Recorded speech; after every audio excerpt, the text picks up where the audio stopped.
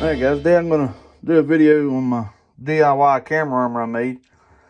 As you can see there, it weighs 2 pounds, 10.6 ounces with my fluid head on there that I've still stripped up just to give it a little camo finish there, and I've painted my camera arm. But I'm going to take it out here and put it on the tree and kind of show you how it works. But I made it out of 3/4 inch solid stock aluminum, and I could cut some more weight with it because I've got grade 8 bolts in here and grade 8 nuts. You don't need grade 8 stuff on there, but that's just what I had, so that's what I put on it. And I've got a eye bolt down here that I can hang something on. I'll show you more about that out on the tree and how it adjusts up here, the piece I got for to adjust it. But this is a 12-inch long arm on top, and then a 6-inch long arm here on the bottom. So that gives me a total of, you figure you got right here, you got 3/4 of an inch, overlap here. So you got, just say 17 inches of full arm reach here. And I've been playing with it with just one single arm, with a 12-inch arm, trying this bracket out and everything. And I think I could get by with just this 12-inch arm on most of the trees I hunt. But I went ahead and made the 6-inch arm and added it on there just so, just in case I do needed that little extra reach. I'll take it out here to the tree and show you how it mounts to the tree and what I did to it. And as you can see, like I said, it only weighs 2 pounds, 10.6 ounces that's with the fluid head. And you can see the scale's zeroed out. 2 pounds, 10.6 ounces.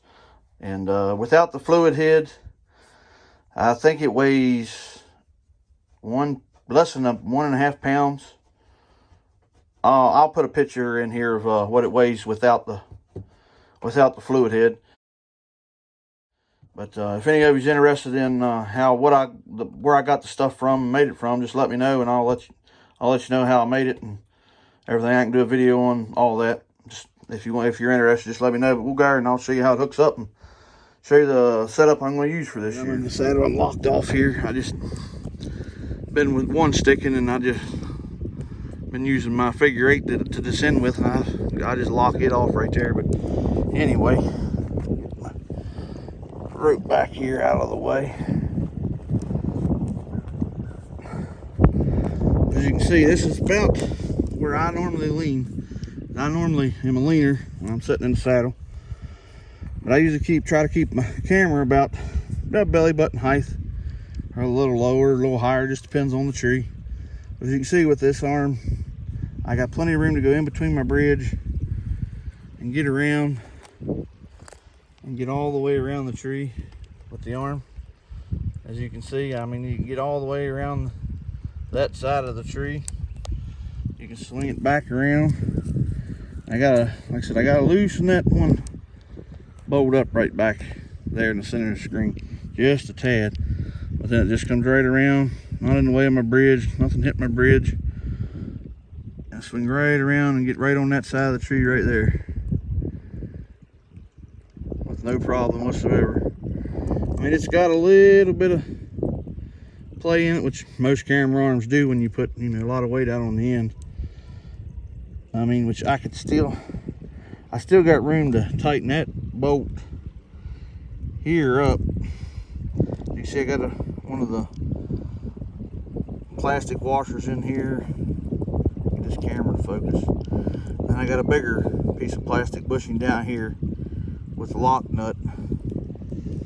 But I don't think I'll have to worry about that wobble too much. It's once the camera's on there, it's done. I just adjust my tilt screw to get it, if I need to, I can move it left or right, to get it centered up. But that little bit of tilt ain't gonna hurt nothing. It's still pretty level. I can always adjust my bracket on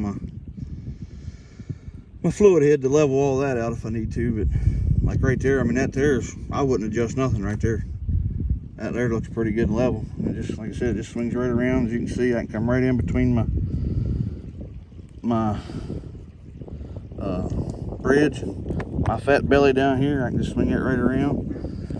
So I have to use 2 hands right now because I'm videoing with my phone, but it just swings right around. Gives you plenty of room. As you can see, I mean, this is a pretty big tree. I mean, this is a 12-inch. That's the side of the tree, and that's a 12-inch bar right there. And then back to the center of the tree, that's a 6-inch bar. And you're losing about 3/4 of an inch there. So you're talking, that's a 17-inch span right there. And that'll get me around that tree. And like I said, most trees at hunting height that I hunt ain't no bigger than that at hunting height. Some of them, a lot of them's even smaller. But, I mean, as you can see, that works really well. And it's just so compact. That's what I like about it. And it's light. And it really didn't cost me nothing to make it. I got enough. I bought enough of this 3/4 inch solid aluminum stock off Amazon for, I think it's 20 bucks for 4 12-inch pieces. So I got enough left to make one more, plus still have some left over. And all I did here was just took a, I can't remember the exact name of them bits, but they start off at like a 1/4 inch and slowly step up bigger and bigger as you go. And I just used one of those and drilled the holes out just to lighten it up a little bit. I mean, you could use square tubing, I reckon. It would probably make it a little bit lighter, but I wanted something that was good and solid, but still light at the same time. And if you use aluminum bolts, that would save you a little bit of weight. But I had these, the grade 8 bolts already that I got from, like I said, I can't remember the name of that store. And of course, your eye bolts. I mean, you can use, these are, I think, 1/4 inch eye bolts. You could use bigger, but, and then the bracket, all it is just a piece of flat metal that I took and welded a nut on the back to screw the eye bolt into here for my adjuster. Welded a nut on here, on the front side here, and then on the back side where the V bracket is, I got another lock nut. So all that'll lock together and won't move. And then what I've done here is I got a plastic bushing, this stuff right here, up inside of here. What I've done, I just took JB Weld, literally took JB Weld and built it up all the way around that plastic bushing, that 5/16 bushing, and built that up heavy enough. And so far, I mean, I've fooled with it several times. I've had it out here on the tree and put pressure on it, and I ain't had a bit of trouble with it breaking yet or cracking or nothing. I may still go back and build this up just a little bit thicker out around here. But all in all, I think I've got maybe, well, you figure 4 12-inch bars was $20. So I used 1.5. We'll just say I used 2. So that's $10 in the bars. The bolts, they come by the pound, so that doesn't cost much. Maybe $1 for those 2 bolts there, and the bolt that goes into my fluid head, and the eye bolts, you're going to maybe pay $2 a piece. I don't even think they're that much, but we'll just say $2 a piece. So that's $4. $5 with the other bolts and the nuts and the nylon washers. We'll just say another $2. The nylon bushing, we'll just say another $2. I mean, we're rounding this stuff up, so there's $2 for the nylon washers, $2 for the nylon bushing, $1 for the bolts because you get them by the pound, so there's $5. $2 a piece for the eye bolts, that's $9. This piece of metal here was, you can get it for like $3 or something, which is where I got it from. I think it was 3 something. It's just a 4-inch, 4.5 inch, maybe 5-inch piece of flat stock. Got holes already. It already had the holes drilled in it. Of course, like I said, I just took the JB Weld, which you can get. So there, with the bolts, $9, and with this, just say that's $3, so $12, $10 for the. That's $22, and then JB Weld's like $5. And I didn't even use both full tubes. So I mean, if I build this up, I'll use 2 full tubes. That's $5. So I mean, you're talking less than $30 just in the camera arm. Now, if you got, if you count your strap and your OCB buckle, which I had this stuff laying around, so I already had it, so it didn't cost me nothing. But I mean, you could use an old ratchet strap. If you got an old ratchet strap laying around, you could just use an old ratchet strap. You don't even have to sew like molly loops on, which the only reason I've done that so I could just leave the strap on it all. The strap would stay on it all the time. If I can get the camera to focus there, you just see I got that slid down inside there.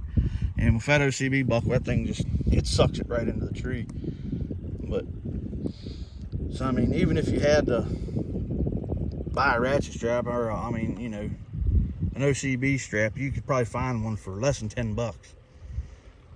A cheap one, and that's all you really need. So, I mean, you're talking less than $50. Probably talking less than $40 for the whole camera. If you got any questions, just leave them in the comments. If you like the video, give me a thumbs up.